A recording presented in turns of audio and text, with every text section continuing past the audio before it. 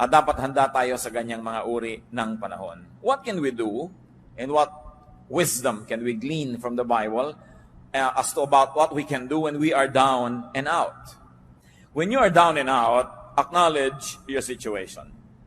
Accept your situation. Nothing can be changed without facing it first.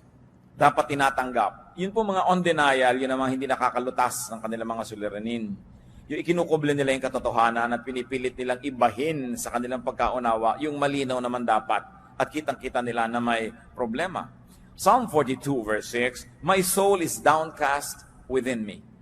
Isang uri ng pagtanggap ng aking espiritu ay nanlulugo-lugo. Sabi ko noon, ang aking espiritu ay nanghihina.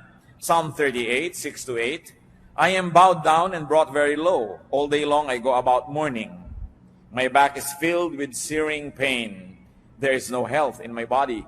I am feeble and utterly crushed. I groan in anguish of heart." Napakalalim po at napakataas ng mga naabot ng emosyon ng Psalms. At kung atin pong nanamnamin yung mga damdamin na nandiyan sa mga tula na ito at mga awit na ito, ay hindi mahirap mag-identify sa mga kalagayan natin kung ito'y dumarating sa ating buhay. Kinikilala niya na sobrang daw akong napayuko, sobrang na ako naging na-humble, sobrang na akong nakuba sa mga problema at sa mga hirap na dinadara. Proverbs 14, 10 and 13, "Each heart knows its own bitterness. Even in laughter, the heart may ache, and joy may end in grief."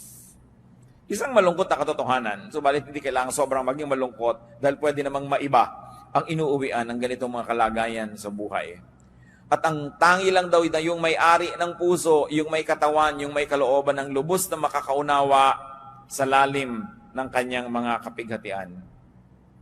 Sa mga pait na kanyang dinaranas, walang pwedeng makishare nun. People can only approximate. So huwag po natin sinasabing, "I understand. I know." We don't know how people feel. And we don't understand. Kumisan yan ang pinakamadalas at pinakamadali na pagbaliwala sa pamamroblema ng isang tao. Naintindihan ko yan. Lilipas din yan. Mga pananalita na hindi naman talaga nakaka-comfort. Na gusto mong sabihin, hindi mo alam ang sinasabi mo, hindi mo nadaranas ang dinaranas ko, kaya huwag mong baliwalain ang aking nadarama. Kuminsan sa kagustuhan po natin magbigay ng comfort sa kapwa, we end up trivializing their sorrow. Na minamaliit natin yung malaki sa kanila sa panahon na yon. Tanging yun lang daw may-ari ng puso ang nakakaunawa, nakakabatid ng hapdi, ng pait na nadarama nito. At kahit daw sa kabila ng ating mga halakhak, ikaw na may-ari ng puso, nalalaman mo na may lungkot kuminsan kasama yan. Merong mga pangamba. Na kuminsan nagsasaya ka lang, kaya mga tao naglalasing, kuminsan nagpa-party, kuminsan nagwawala, nagkakalat. They're trying very hard to be happy or to appear happy or to sound happy because they know that they are not. Kaya sabi niya, alam niya, even in laughter, the heart may ache. Meron talagang nadarama ang isang puso at may mga kabigatan. Baliwala na ito ay itanggi. Dapat tanggapin mo, malungkot ako ngayon. I feel down and out. I don't feel nice. I feel low. I have such low self-esteem. Or I am sad, I feel dejected and rejected and alone. Yung pagkilala po niyan, isang unang hakbang na para tayo makaahon sa ating kinalalagyan.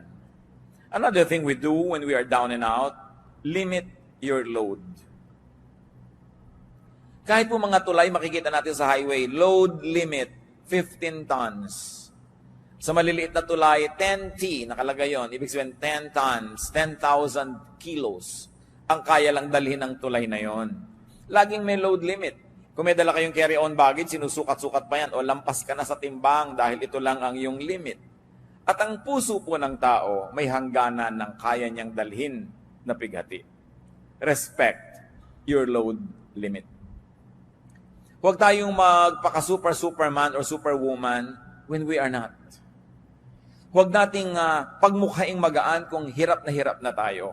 Kailangan na bawasan ang pinapasan ng tao.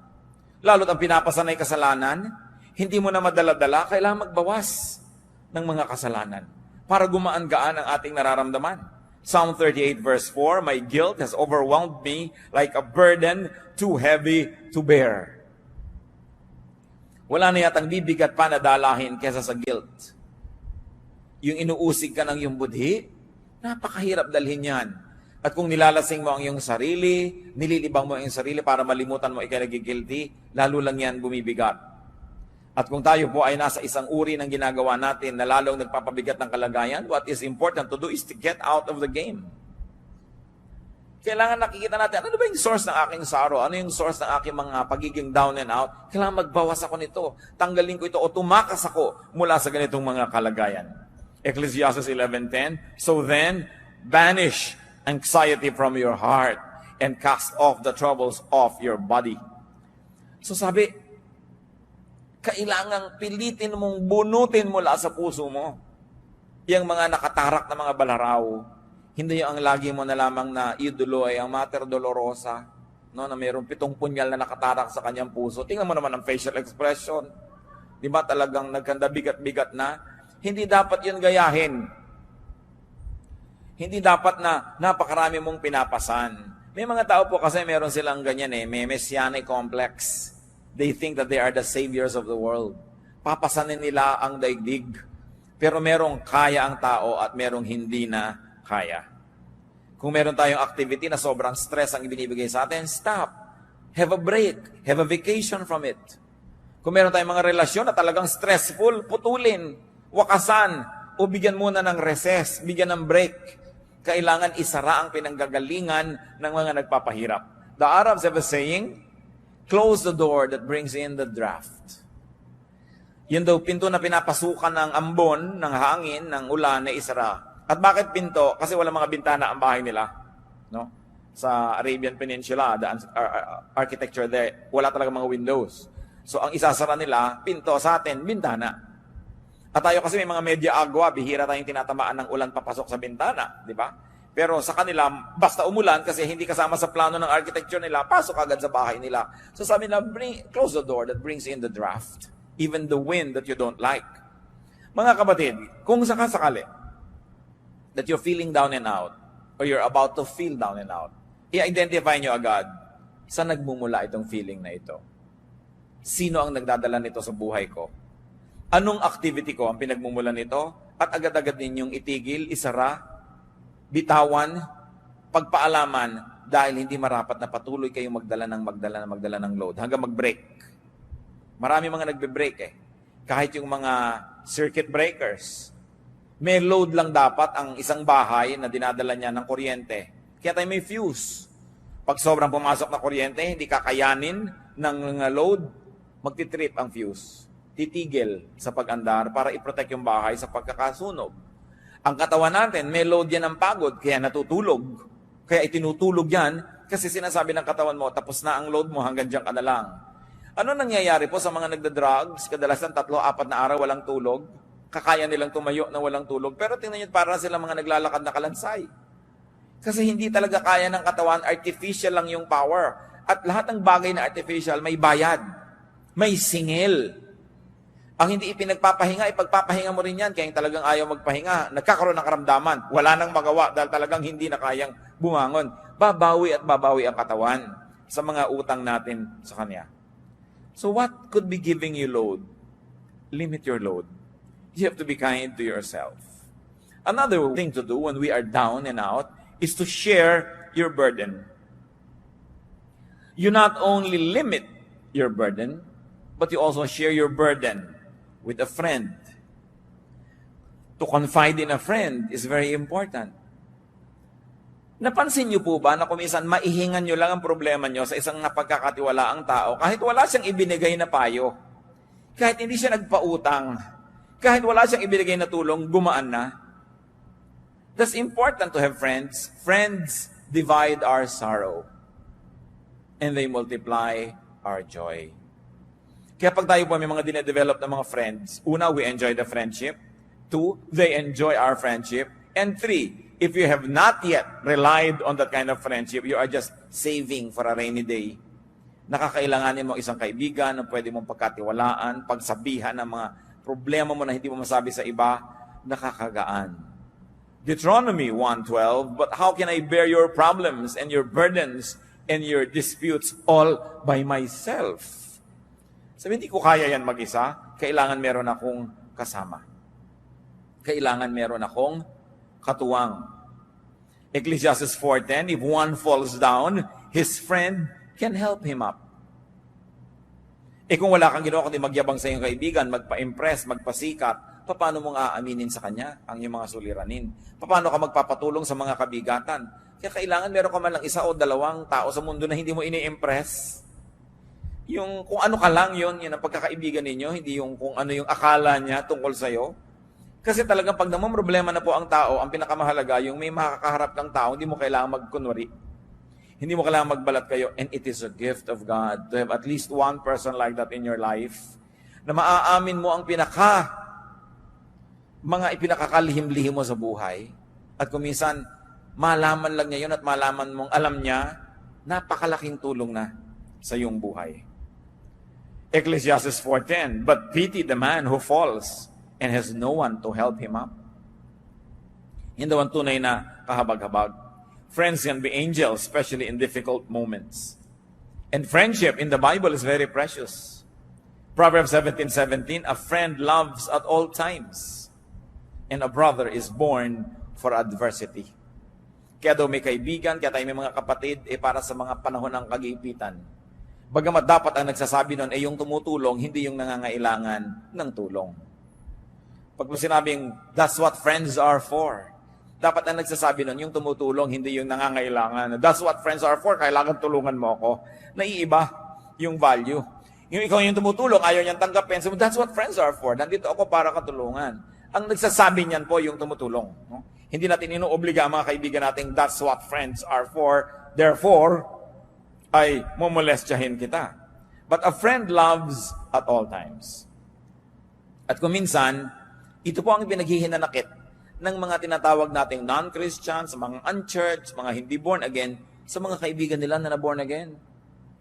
Na nagkaroon na ng kondisyon ng pakikipagkaibigan. Hindi na kita kaibigan kung idolatrous ka.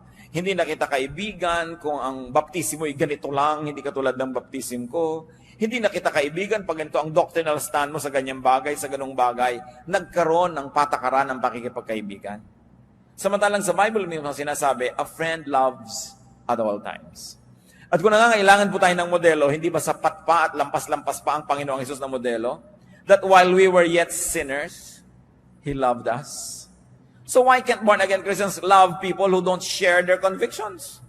Why can't born-again Christians not love people who don't share their religious color? Nilalagyan natin ng patakaran. Dapat nga, mas kaya mong umibig. Mas kaya mong magmahal dahil meron kang Kristo sa iyong puso. Pero yung iba, kumikitid talaga ang isip. Akala lang, ibig sabihin na maging born-again Christian, Bible-based Christian, evangelical Christian, maging judgmental. Na pagka hindi ka nakakaabot sa aking mga pamantayan na pang-religyoso, hindi ako makikipagmabutihan sa iyo. I will treat you like a pagan, like an outsider. Nababaligtad.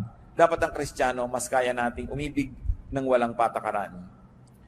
Sapagkat yun ang pag-ibig ni Jesus sa atin. At yun ang pag-ibig na minodelo ni Jesus na dapat tularan ng lahat ng nananalig sa Kanya. Proverbs 27 verse 10, better a neighbor nearby than a brother far away. Aanin mo nga naman ang kapatid mo na talagang mamamatay para sa iyo, pero ang layo. So maraming panahon daw, higit lalong mabuti ang isang kaibigan ng isang kapitbahay na malapit kaysa isang kapatid sa laman na malayo naman. At sabi pa nga ng Proverbs 18:24, there is a friend who sticks closer than a brother. May mga kaibigang higit pa sa kapatid kung magmahal. At yun ang mga kailangan natin Bihirang-bihira na iiwan ka ng kaibigan mo Mas marami pa ngayon iniwan ng asawa kaysa iniwan ng kaibigan. Kaya hindi ibig sabihin na kayo nag-aasawa na wala na kayong kaibigan. Although your asawa should be your best friend, no? Pero kailangan may kinukultivate ka rin na ibang friendships. Kasi pag nagka-problema ka ngayon sa asawa mo, kanino ka na ngayon sasandal? Kanino ka na ngayon tatakbo? Kanino ka na hihingi ng tulong? Kailangan ang tao hindi nagsasara ng mga pinto niya sa mga mahahalaga niyang relasyon, lalo ang pakikipagkaibigan. Pero, at ito'y napakalaking pero, yung mga dati niyong kaibigan, no? Hindi niyo na dapat ipagpatuloy ang pakikipagkaibigan kung may asawa na kayo. At yung mga dating mga kaibigan, hindi na kayo dapat umaaten sa kasalan ng mga kaibigan ninyo na magpapakasal. Kasi day nila yun eh. Nang-aagaw ka pa kumisa ng eksena ng bride o ng groom dahil ipinaggigiitan mong yung sarili. Kasal nila, nandun ka. Nakaka-offend. At may mga nakita na akong ganyan. Kasal lang may kasal, nandun pumupuesto pa at nang-aagaw pa ng eksena. Alam na alam ng lahat, may kahapon sila na pinagsaluhan nung isa doon sa ikakasal. Tapos andun pa siya at gusto pang makisalo habang buhay. No? Kailangan lumalaki tayo sa lugar. But friends without the romantic connection must be maintained and kept. And they can give us balance also. So, make, have, and keep friends. Kung maglalagay tayo ng therefore sa mga pinag-uusapan natin, kailangan ng tao talaga may mga kaibigan. Mapalad yung mga tao na yung kalagayan nila sa buhay ay mas madaling makipagkaibigan. Kasi meron pong mga kalagayan na hindi ganun kadali na makipagkaibigan. Hinihingi ng inyong kuminsan ng mga tungkulin na maging mailap kayo ng konti sa mga tao dahil may pinangangalagaan kayo na integridad ng inyong mga tungkulin. Pero mas higit na mapalad yung mga hindi kailangan gawin yon sapagkat mas madali sa kanila ang makipagkaibigan. What else should we do when we're down and out? Get and receive help. Which is what we have been talking about anyway. Kailangan ang tao tumatanggap ng tulong. Paminsan-minsan, hindi yan masama. Ang masama lang, kung wala na tayong ginawa kundi sumandal, maging pabigat sa kapwa natin. Pero there are moments. Job 16:20, my intercessor is my friend as my eyes pour out tears to God. So kung sino ang nag-i-intercede for us, those who are praying for us, those who are standing between us and other people, our intercessors, they are friends. So how can we develop friendships? Help others when able. Isaiah 41:6, each helps the other and says to his brother, be strong. Napakahalaga nung nagtutulungan at nagpapalakasan at pinapalakas mo ang iyong kapwa. Plant and therefore harvest good seeds. Habang gumagawa po tayo ng mabuti sa ating kapwa, dapat lang natin itanim sa ating isip na gumagawa tayo ng mabuti. Period. Pero alam din natin na ang Biblia rin ang nagsasabi na ang mga paggagawa ng mabuti ay meron ding kakambal na pag-aani. Pero ang napakasarap po na isa-isip habang gumagawa tayo ng mabuti sa ating kapwa, ipag-pray natin, Lord, ito pong tinutulungan ko, nawa kahit kailan hindi ko kailanganin ang tulong niya. Hindi dahil mayabang tayo, kundi sabi natin, Lord, i-bless niyo po ako na lagi na lang akong tumulong ng tumulong sa kapwa. Magbigay ng magbigay. Kahit hindi na dumating pa yung panahon na ako ang sisingil, ako ang nangangailangan dahil total, lagi mo naman ako binibless. Hindi masamang prayer. Kasi na-check din ang ating mga intention. Kasi kuminsan, tulong tayo ng tulong, yung pala dahil matutulungan din ito ko later, investment lang. Napakaganda nung tumutulong ka lang dahil gusto mo lang tumulong. Pero kahit pa nga, hindi ganun kalinis lagi ang iyong kalooban, ang sinasabi sa Bible, pag may itinatanim, may inaani ang tao. So just always consider it. When you're doing good, you're just planting and planting and planting. If you are not able to harvest from the same person, the God of the Bible who says, what you sow you will reap, will see to it that you will reap it from somewhere else, from someone else, basta darating at darating aani ng itinatanim. Kaya napakainam po mga kapatid, na gawing policy natin sa buhay. Kung tayo'y matibay, at anong ibig sabihin ng matibay? Yung hindi tutumba ka na, matibay ka lang, nakatayo ka, humanap ka lagi ng matutulungan. Magtanim ka ng mabuti. Sapagkat sa paggawa natin ng mabuti sa ating kapwa, una, ikinalulugod ng Diyos. At kung nalulugod sa iyo ang Diyos, paano ka naman malulugi? Number 2, nalulugod din sa iyo ang iyong kapwa. At generally speaking, ang mga tao naman ay marunong tumanaw at makaalala kung sakaling ikaw naman ang mga ilangan. No? Bihira naman yung talagang lumilimot eh. So, meron ka rin dyan ng mga benefit. At pangatlo, tuwing tumutulong tayo sa kapwa, lumalakas tayo. There is something miraculous about helping people, that when you keep on helping people, you become stronger and stronger and stronger. So that when the same storm happens to strike you, you are now well-equipped, not only to survive, but also to prevail. So plant good deeds. Galatians 6:7, a man reaps what he sows. Kung ano itinatanim ng tao, inaani. 2 Corinthians 1:3-4, praise be to the God and Father of our Lord Jesus Christ, the Father of compassion and the God of all comfort, who comforts us in all our troubles, so that we can comfort those in any trouble with the comfort we ourselves have received from God. Parang masyadong verbose, pero ang ibig lang sabihin, pag nagko-comfort ka ng iba, pag ikaw naman ang nangailangan, you will also be comforted. Either the people that you have comforted will comfort you back, or other people that you have not comforted will comfort you, or in any of the case, God will cause you to be comforted. Walang pagbibigay ginhawa sa kapwang nagigipit, walang pagbibigay tulong ang hindi sinusuklian ng langit ng gantimpala. What else do we do when we are down and out? Seek God. Madalas, yun lang pala ang dapat gawin kasi nagiging paalala ng kalangitan sa taong nakakalimot yung mga kanyang pagiging down and out.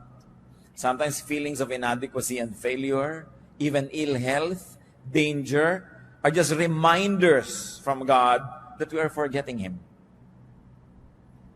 At ipanalangin natin na hindi na kailangan natin ng mga dramatic reminders from God para lang tayo magbalik loob at maalala siyang muli. Dahil talaga namang 99.99% ang taong nagigipit, nagkakasakit, nagkakaproblema, biglang nagiging makadiyos muli. Biglang-biglang nagiging relihiyoso na naman.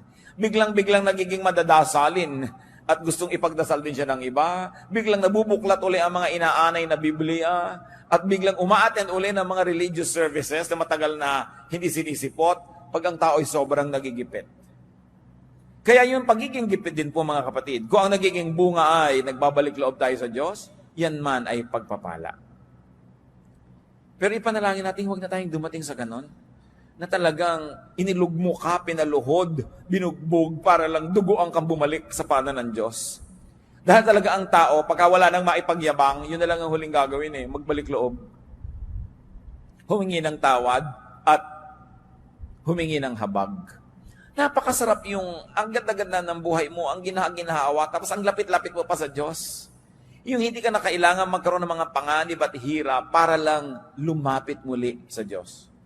So pag down and out po tayo, isa rin dapat nating isipin, baka paalala to ng Diyos na sobra na ako nagiging mayabang, sobra na ako nagiging makasarili, o iniaasa ko na ang kaligayahan ko at ang ikabubuti ng buhay ko sa kapwa-tao ko lamang at nalimot ko na yung Diyos, that God is no longer in the equation. Psalm 121 verses 1 to 2. I lift up my eyes to the hills. Where does my help come from? My help comes from the Lord, the maker of heaven and earth. Maganda yung picture nito sapagkat yun pong Jerusalem ay nasa ibabaw ng pinakamataas bundok doon sa lugar na kinalalagyan niya. So yung pagtingin mo sa mga ibabaw ng mga bundok, kahit may mga ibang bundok ka rito sa pagitan mo at ng Jerusalem, pag tumingin ka dyan, lumalampas pa rin yung paningin mo, makikita mo pa rin yung ibabaw ng Jerusalem. At kung hindi mo man makita yon, na-imagine mong nandun yun, at naaalala mo ang templo, naaalala mo ang Diyos. So this is really a figure of speech. To lift up your eyes to the hills. Many people will lift up their eyes to the clouds or look at the rain. Some people can even remember God by looking into a microscope. Whichever helps you remember God, dapat meron kang ganung ritual sa buhay. Meron ting nakakakita ng maraming pagkain, naaalala niya ang Diyos. Meron naman na tuwing kikilo siya at malusog, naaalala niya ang Diyos. Dahil na ikukumpara niya nung siya halos malumpo, na hindi makalakad. Ngayon, ramdam na ramdam niya yung lakas niya, naalala niya ang Diyos. Ano pang nagpapaalala sa inyo sa Diyos? So this writer of the song says, I lift my eyes to the hills. What do you do? Physically, symbolically, to remember God. Mahalaga meron tayong ganun. So, kung meron po tayong mga panlulumo, if we're down and out, una nating isipin, may kasalanan ba ako sa Diyos? Meron ba akong dapat isuko? Meron ba akong dapat na ayusin? And repent if needed. Repentance lang palang kailangan. Pagbabalik loob lang sa Diyos, tapos bumalik na uli ang kanyang kalusugan, bumalik na uli ang kanyang kasiyahan. At kung hindi man bumalik yung kalusugan, hindi man bumalik yung kasiyahan o kayamanan, yung nagbalik loob ka sa Diyos, by itself is a prize. Hindi mo sasabing, Lord, nagbalik loob na ako sa inyo, o nasa na yung ginhawa, nasa na yung premyo, nasa na yung kayamanan. Sapagkat yung pagbabalik loob lang sa Diyos, mismo yun na ay isang gantimpala. Pero kadalasan may dagdag pa yun Kasi tayong mga tao, laging gusto nating may dagdag. Kung bumibili ka, laging gusto mong may dagdag. So dinadagdagan ng Diyos na nagbalik loob ka na by itself is a blessing. May mga kasama pa yan. Usually, nare-restore yung health, nare-restore yung negosyo mo, nagkakaroon ng kaayusan na inyong buhay, nakakakita ka ng mga nasusukat, nararamdaman ng mga patotoo na ang Diyos ay nalulugod sa iyo. Ano pong nangyayari sa isang taong alam na alam niyang may kasalanan siya, meron siyang mali, nagkakanda, ganyan na yung buhay niya dahil sa kasalanan niya, pero nagmamaang-maangan pa siya? Ano nangyayari? Psalm 32, verses 3 to 5. When I kept silent, my bones wasted away through my groaning all day long. For day and night your hand was heavy upon me. My strength was sapped as in the heat of summer. Then I acknowledged my sin to you and did not cover up my iniquity. I said, I will confess my transgressions to the Lord, and you forgave the guilt of my sin. Napakagandang patotoo ito. Inaawit-awit ng mga henerasyon ng mga mananampalataya. Sabi nung nagmaang-maangan ako, nung ikinubli kong aking mga kasalanan, itinago at pinagmukha kong hindi ito kasalanan, sabi, pati ang aking mga buto ay halos mga bulok ng hina. At yun po nagkakaroon ng mga sakit sa buto, ang makakapagpatotoo sa atin kung gaano kasakit ang sakit sa buto. Many of us have no idea kung gaano kasakit ang sakit sa buto. Sabi niya, my bones wasted away through my groaning all day long. At bakit daw? Dahil gabit araw, dinadaganan ako ng inyong kamay. Ano mangyayari sa isang taong dinadaganan ng kamay ng Diyos? Yun lang talikuran ka ng Diyos, napakalaki ng hirap yan. Yun lang hindi dinggin ang iyong mga panalangin, yung pangdaganan ka ng kamay ng Diyos. Wala kang susulingan. Hindi ko alam kung naranasan niyo ng madaganan, matulog kayo na mayroong isang kabambigas na nakadagan sa inyo. No? Isang kabambigas lang ngayon. Gano'ng kabigat ang Diyos? Kung tutuusin. So sabi, habang ikinakaila ko yung kasalanan ko, habang nagmamatigas ako, habang pinagpipilitan ko yung akin, at ayaw kong sundin ang yung kalooban, yan ang nangyari sa akin. Dinaganan ako, pinisa, pinipi, no? ng inyong kamay. Subalit, sabi niya, nung aminin ko ang kasalanan ko, at di ko na pinagtakpan pa ang aking sarili. Tinanggap ko ang aking pagkakamali at hiningi ng tawad. Sabi ganon, nung ako'y humingi ng tawad at nagbalik loob, pinatawad mo ako agad. At inalis mo ang bigat na nakadagan sa akin. You took away the guilt of my sin. Yun ang bigat Napakabigat. Bakit yung bigat ng loob? No? Hindi mo naman matimbang. Kahit sumakay ka sa timbangan, ang bigat ng loob mo, hindi naman nakukuha ng timbangan yung bigat Pero alam mong napakabigat. At alam mo na kung ang gaan ang kalooban mo na halos magsayaw ka palaka dahil ang gaan. So ang sinasabi dito mga kapatid, bakit naman natin pinapatagal yung bigat? Lalo't kung alam naman natin ang pinagmumulan ni kasalanan. Lalo't kung alam natin ang pinagmumulan ng isang negative attitude, isang maling pananaw, ba't hindi na lang isuko yan? Total, susuko ka rin dahil hindi ka naman mananalo, Diyos yun Pinapatagal mo lamang ang pahirap sa sarili. Sabi, isuko yan. When I confess my transgressions, you forgave the guilt of my sins. Hindi nga hininga ng bayad Confession lang. Aminin mo lang at magbalik loob ka. So what do we do when we are down and out and we have found out that it's because of our personal sin? Seek and receive restoration. Kailangan ibalik ang ligaya ng buhay, gaan ng puso, saya ng ating espiritu. Psalm 51:12, dalangin ng isang taong nalayo ang loob sa Diyos, restore to me the joy of your salvation and grant me a willing spirit to sustain me. Ibalik mo sa akin ang ligaya ng kaligtasan. Kasi nawala ang saya. Pwedeng mangyari yan sa isang taong nakaranas ng kaligtasan ng Diyos. Yung magkagiba-giba pa yung puso, magkalungkot-lungkot pa. Pero yan ay bunga ng napakatagal, sunod-sunod at buong tigas ng ulong pagsuway sa kalooban ng Diyos. That is when we are down and out. What about when others are? What do we do when others are down and out? When people are down and out, be compassionate. That's the first rule ever. Maging mahabagin. Colossians 3:12, as God's chosen people, clothe yourselves with compassion, kindness, humility, gentleness, and patience. Be compassionate with people. Hindi yan panahon para manisi. Hindi yan panahon para magpasikat. Nakita mo, tama ako. Kailangan ko ang tao down and out. We become kind. Nararamdaman lang ng tao na kailangan siyang maging mabait at mabuti. Kung naranasan na niya sa kanyang buhay ng mga ilangan ng bait at buti ng kapwa. Kung naranasan niyo na pong makorner, wala kang kapiyok-piyok dahil corner na corner ka, ang tanging kailangan mo, kabaitan. Yung down na down ka, wala ka talagang maipagmalaki ni ano, ang tanging kailangan mo lang sa tao, kabaitan. Pag wala kang maibigay na excuse, dahil talagang obvious na obvious ang kamalian mo, anong kailangan mo? Kabaitan. Pero tayo po mga tao kadalasan, pag nakakita ng kahinaan, sinasamantala yon. O ano, gaganunin mo pa ngayon. Eto ka ngayon, lalapit-lapit ka sa akin. Ganyan ka pa. Hindi po ganyan na klaseng trato ang kailangan ng taong nagigipit. Kasi the heart knows its own sorrow. At napakabuti siguro, bagamat hindi ko idinadalangin na maranasan natin, pero maranasan din natin yung magipit, maging sobrang kawawa, para malaman mo na kailangan mo rin maging mabait. Para ma-realize mo ang halaga ng kabaitan.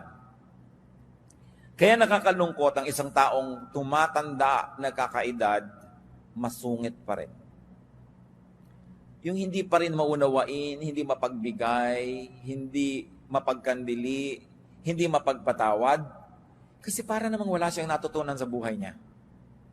Para namang di niya naranasan ang mga hirap sa buhay. But Satan can always deceive us because bitter experiences can make us better. But bitter experiences can also make you bitter.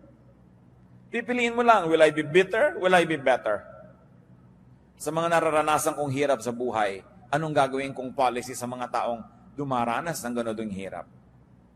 And the true test of spirituality is in being kind. At yan po ay isang basic value ng kahit anong major religion sa mundo. To be kind to the weak. At yan ay pinerfect ni Jesus ang example. No? The woman caught in adultery. Meron pa bang higit na malaking kahihiyan kesa sa isang babaeng mahuli sa akto ng paggawa ng isang bagay na inuuri at sinusukat ng kanyang lipunan na pinakamasamang magagawa ng isang babae? Nahuli sa akto, kinaladkad ng mga tao sa lansangan, walang kapiyok-piyok dahil caught in the act. Pero ang sabi ng Panginoon, o kung sinong walang kasalanan, di maunang bumato. Di ba musika sa tenga ng babae yun?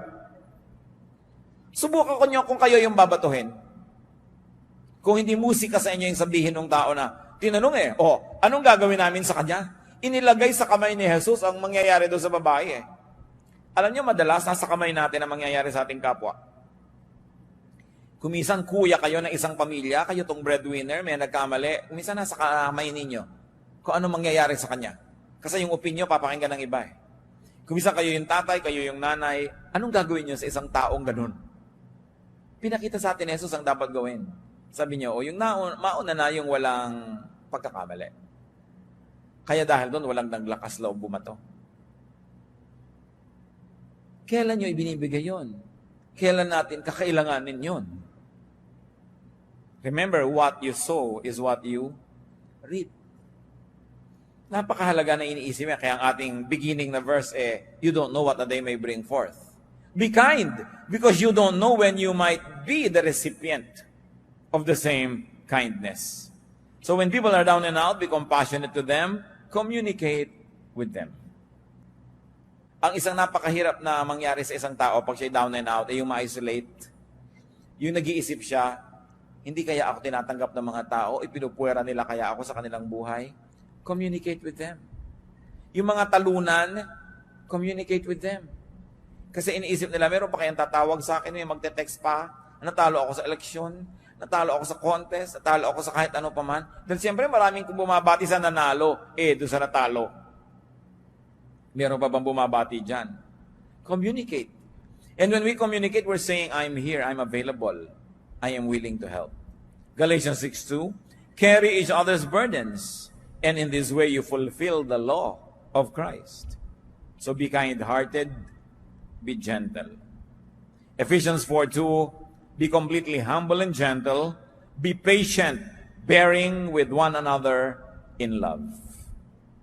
Maging mapagpatawad, mapagpaumanhin, at pairalin ang pag-ibig. Another thing we do when people are down and out, be reachable. Be available to help. Job 6:14, a despairing man should have the devotion of his friends, even though he forsakes the fear of the Almighty. Nakita niyo sinasabi ni Job? Kahit pa hindi ako matakot kayo sa Diyos, kahit magreklamo ako sa Diyos, kahit hindi ako maging makad-Diyos, kahit ano pa pagsasabihin ko dito, kaibigan ko kayo, dapat bigyan niyo ako ng inyong katapatan, ng inyong debosyon. Nakita niyo yung sabi niya, a despairing man should have the devotion of his friends, even though he forsakes the fear of the Almighty. At dito, bumabagsak yung maraming mga Christians. Pagka meron nagkaroon ng despair, sasabihin agad, kasalanan mo yan. Dapat talaga mangyari sa iyo yan. No? Yung iniisip natin, dahil ang tao may kasalanan, dapat mangyari sa kanya yon. That's already the position of a judge. At ang sabi sa atin, judge not. Ang inuutos lang sa atin, merong nangangailangan ng tulong-tulungan mo without passing judgment. Let God be the judge. Total, God naman talaga ang may alam ng lahat. Siya ang nakakaunawa ng lahat, so hayaan natin yung paghuhusga sa Kanya. Ang gawin natin, yung inuutos sa atin, to be compassionate. And when people are down and out, do not preach. It's not the time to preach. Do not moralize or judge or persecute. Kailan po tayo dapat nagpipreach? Before a disaster. Before people commit a mistake. Tinuturuan natin, binibigyan natin ng mga paalala, ng mga example, encouragement. Pero oras na sila'y nagkamalit na dapa na, ang susunod na gagawin na natin is compassion, kindness, love, support, para makarecover ang tao. Hindi preaching. Sabi sa Ecclesiastes, there's a time for everything and a time for every activity under heaven. So there's also a correct time for preaching. Dahil kung yung tao down and out, hindi nakikinig yun, preach ka ng preach, nakikita niya gumagalaw yung bibig mo pero wala yan nadidinig. Kasi ang laman ng puso niya, yung kanyang pighati. Job 6:24-26, teach me and I will be quiet, show me where I have been wrong. How painful are honest words, but what do your arguments prove? Do you mean to correct what I say and treat the words of a despairing man as wind? Ano pa yung context nitong si Job? Nung siya ay dinapuan ng kotakot-takot na dilubyo sa buhay, bagamat alam natin siya ay mabuting tao sapagkat siya dumaan sa pagsubok. May 3 siyang matatalik na kaibigan na naglakbay ng malayo para makiramay sa kanya. At napakaraming araw at gabi ang lumipas na umupo lang sila doon kasama ni Job, walang kakibo-kibo, nakikiisa sa kanyang pighati. Subalit, matapos ang ilang araw, nagsimula na silang magsalita, isa-isa, walang humpay, taking turns. At isa lang ang sinasabi nila kay Job. Nagkaganyan ka, siguradong may kasalanan ka, aminin mo na. Yun lang ang sinabi nila, pagkahaba-habang poetry, basahin mo, ang daming mga stanzas, pero yun lang, hindi pwedeng magkaganyan ka kung righteous ka. Siguradong may mali ka. Anong malay nila? Alam na alam natin because the Bible writers tell us that Job went through a trial. Anong malay mo kung isang tao very righteous pala and going through a trial? Ba't mo i-judge? Kaya sabi nitong si Job, napakasakit na inyong mga salita. Ano ba ang gusto niyong gawin ngayon? Ituwid niyo lahat ng mga sinasabi ko at baliwalain niyo ang lahat ng aking mga pangangatuwiran. Ang ipinagpipilitan ninyo, dapat mangyari sa akin to dahil meron akong kamalian. At marami po ko alam mga kapatid, mga Christian na naman, pupunta sa may sakit na malubha. Kawawa ka naman, sister, ito ang pinya, o ito ang ganito, ito ang ganyan. Mamaya, sister, baka naman may dapat kang i-confess. Wala, bakit ka nakaganyan? Kung hindi ka may kasalanan. Mamaya talaga inuusig-usig na niya yung nakahiga doon. Mabuti pa, di nila siya dumalaw. Kasi, kung totoong may kasalanan yung tao, hindi na siya kailangan paalalahanan. Alam na niya yun. At kung kayo may sugat, gusto niyo bang dinudot-dot po? Ay, may sugat ka. Ito yung sugat mo. Didiin-diin mo pang ganun. Hindi mo kailangan yun. Sensitive ka na nga. Ang kailangan mo ay kabaitan ng tao. At hindi ko man naging mabait sa iyo, ay magpapalusot ka na sa Diyos. Lalo ka nga nagigilty kung mabait yung kaharap mo, di ba? Kung hindi ka inuusig, mas nagiging defensive ka nga kung usig siya ng usig. Siyempre, offensive siya, defensive ka. Pero kung walang offense, there'll be no need to be defensive. And people can be more open to the ministration of the truth.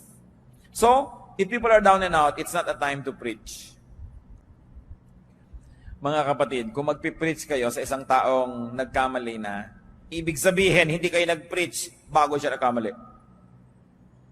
Ibig sabihin, marami kang pinalampas sa pagkakataon, doon ka dapat nagturo, doon ka nagbigay ng patotoo, doon ka nagbigay ng example. Pinalampas mo, tapos ganyan ka pa magtuturo kung kailan nagkamali na. It's not a time for that. Although, I believe that there's a time for another preaching. There is a time for another reminder, but not during the moment of crisis, because the person will not be mentally and emotionally receptive to you. What else do you do when people are down and out? Be discreet, be silent, and be tasteful in helping others. Lalo yung mga counselors, you must never talk about your counselees. Except, of course, in a clinical record, because some groups, churches, have clinical records of counseling. It's also one way to monitor what kind of counsel the people get. It's a way to monitor what kind of counseling the counselors dispense. So some records are kept, but identities are kept secret. Kailangan discreet ang tao. You don't drop names that you help. Matthew 6:3-4, but when you give to the needy, do not let your left hand know what your right hand is doing, so that your giving may be in secret. Then your Father who sees what is done in secret will reward you. And that goes for giving advice, for giving help. Hindi na natin ipinamamalita ang ganyang mga bagay. Tahimik lang tayo. Napaka-importante na ang tao, discreet, hindi matabil, hindi madaldal. Lalo't kayo ay nasa mga service-oriented work. Kung kayo halimbawa ay nagre-retoke ng muka, yan ang inyong hanap buhay, may nire-retoke ka ngayon dito, kung sasabihin, si ano nga, niretoke ko yun eh. Si ganito, niretoke ko. Dahil hindi ka pagtitiwalaan ng nire-retoke mo, hindi, ipamamalita mo rin pala siya. May mga taong ganoon, hindi marunong mag-keep ng mga names. They are just too glad and too foolish to blurt out sensitive information. So it's important to be discreet when you are helping, when people are down and out. Kaya po yung iba, kahit nasasabog na ang dibdib, hindi makapagsiwalat at hindi makapagbulalas sa takot na idaldal nyo. Pero kung tayo lang ay napagkakatiwalaan at napapatunayan natin sa kapwa natin na pagkakatiwalaan tayo, kung dumating ang pangangailangan na kailangan nila ng mapagkakatiwalaan, lalapit sa atin, it's a great, great, great gift that we could give to people. I will place that among the top 3 gifts that you could give to others, that they trust you. And if you're really trustworthy and they trust you, can you imagine what kind of gift you give them? You assure them that they can trust you and they can share things with you. Anong luwag ang maibibigay natin sa tao? Anong uri ng ginhawa ang maibibigay natin kung tayo ay napagkakatiwalaan? And of course, what else do you do when others are down and out? Of course, pray for the person in need. James 5:16, therefore confess your sins to each other and pray for each other so that you may be healed. The prayer of a righteous man is powerful and effective. So ipanalangin ang mga tao who are down and out. Avoid talking about them. Napakadaling matukso na pag-usapan ang mga hirap at ang mga crisis ng kapwa. Pero dapat ipanalangin kaysa pag-usapan. Helping and being helped are parts of life. Kailangan tayo ay humble enough to acknowledge that we need help and kind enough to extend it.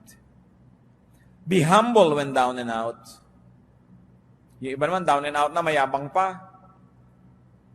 Hindi tuloy-tulungan ng kapwa.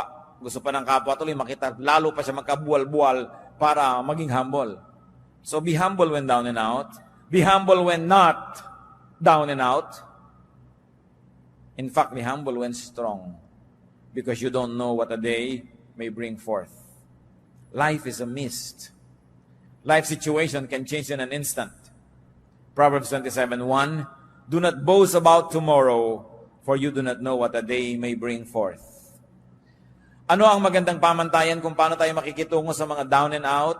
Simple lang mga kapatid, kung paano nyo kayo gustong pakitunguhan kung kayo ang down and out. Ganun lang. Paano nyo itatrato yung mga anak ng kapwa nyo na nagkamali? Simple. Paano nyo gustong itrato ng ibang anak nyo? Kung yung anak nyo ang nagkamali. Paano nyo itatrato yung mga nadapa? Simple. Kung paano nyo gustong maitrato kung kayo yung madapa. Be kind and gentle. Be ready to help and be willing to be helped. Aming Diyos, salamat sapagkat kayo yung Diyos na nagtuturo ng mga maraming mga practical na bagay sa buhay. Na bagamat ang buhay na ito ay maaring mapuno ng mga hirap, mga pagsubok, pasanin, hindi naman nawawala ng tulong na available from you and from your teachings. Turuan niyo kami, Panginoon, na maging mabait sa aming kapwa, maging sa aming sarili. Magbawas kami, Panginoon, na nagpapabigat sa aming buhay. Turuan mo kami ngayon, Panginoon. Yumuko tayo sa presensya ng Diyos. I like to pray. I am moved by the Spirit to pray. Nais ko ipag-pray ngayon ang mga kapatid natin sa ating pagbubulay-bulay at pag-iisip, lalo naging malinaw sa inyo, na meron kayong mga pabigat sa buhay na kayo rin naman na may kagagawan. O kung di man kayo ang diretsahang may kagagawan, pinapayagan nyo kasi kaya kayo nabibigatan. Pero ngayon, gusto nyo na gumaan ang inyong dala?